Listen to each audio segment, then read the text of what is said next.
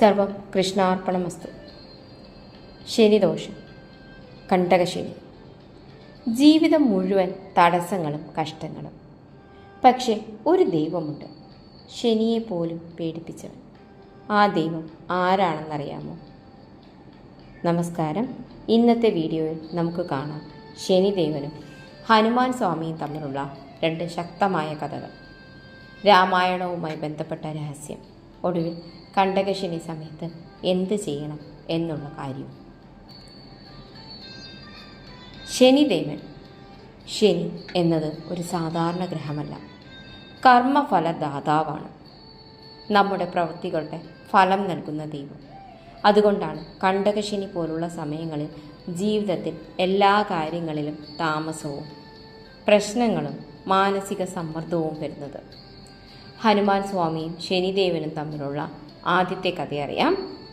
ഒരു ദിവസം ഹനുമാൻ സ്വാമി ഗാഠധ്യാനത്തിലായിരുന്നു. രാമനാമത്തിൽ മുഴുകിയിരിക്കുകയായിരുന്നു. അപ്പോൾ ശനിദേവനെത്തി. എനിക്കെല്ലാവരെയും പരീക്ഷിക്കണം, നിന്നെയും. ഹനുമാൻ സ്വാമി ശാന്തമായി പറഞ്ഞു, ദയവായി ഇപ്പോൾ എന്നെ ബുദ്ധിമുട്ടിക്കരുത്. പക്ഷേ ശനിദേവൻ പിന്മാറിയില്ല. അടുത്തത് അപ്രതീക്ഷിതമായിരുന്നു. ഹനുമാൻ സ്വാമി തൻ്റെ വാലുകൊണ്ട് ശനിയെ ചുറ്റിക്കെട്ടി ശക്തിയായി ഞെരിച്ചു. ശനി ഭഗവാൻ വേദനയിൽ ദയവായി എന്നെ വിടൂ എന്ന് വിളിച്ച് കരഞ്ഞു.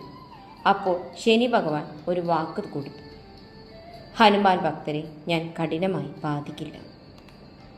രണ്ടാമത്തെ കഥ, അത് രാമായണവുമായി ബന്ധപ്പെട്ടതാണ്. രാമായണ കാലത്ത് രാവണൻ തൻ്റെ ശക്തിക്ക് വേണ്ടി നവഗ്രഹങ്ങളെ തടവിൽ വെച്ചു. അതിൽ ശനിദേവനും ഉണ്ടായിരുന്നു.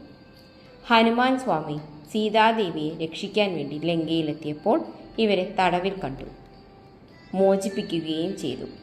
അപ്പോൾ ശനി ഭഗവാൻ പറഞ്ഞു, നീ എന്നെ രക്ഷിച്ചു, അതിനാൽ നിന്റെ ഭക്തരെ ഞാൻ സംരക്ഷിക്കും. തുടർന്ന് ഹനുമാൻ സ്വാമി തൻ്റെ വാലിലെ തീ കൊണ്ട് ലങ്ക മുഴുവൻ കത്തിച്ചു. ഇപ്പോൾ രണ്ട് കഥകളും ശ്രദ്ധിക്കുക.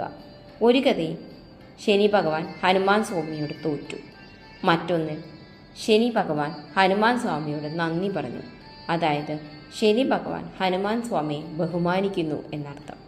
അതുകൊണ്ടാണ് കണ്ടകശനി പോലുള്ള കഠിന സമയങ്ങളിൽ ഹനുമാൻ ആരാധന ചെയ്യുന്നതും ഹനുമാൻ ചാലിസ, ഓം ഹനുമതേ നമ എന്ന മന്ത്രം, ചൊവ്വ ശനി ദിവസങ്ങളിലുള്ള ഹനുമാൻ സ്വാമിയുടെ ഉള്ള പ്രാർത്ഥന, ഇവ നല്ലതാണെന്ന് പറയുന്നത്.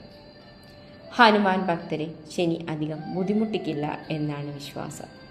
ശനി എന്നാൽ പരീക്ഷയും ഹനുമാൻ എന്നാൽ ശക്തിയുമാണ്. ശക്തിയും ഭക്തിയും ഉണ്ടെങ്കിൽ ഏതൊരു കഷ്ടകാലവും കടന്നുപോകും. നിങ്ങൾ ശനിദോഷത്തിൽ വിശ്വസിക്കുന്നുണ്ടോ? ഉണ്ടെങ്കിൽ എസ് എന്നും ഇല്ലെങ്കിൽ നോ എന്നും കമൻറ്റ് ചെയ്യുക. വീഡിയോ ഇഷ്ടമായെങ്കിൽ ലൈക്ക് ചെയ്യാൻ മറക്കരുത്. സർവം കൃഷ്ണാർപ്പണമസ്തു. നന്ദി.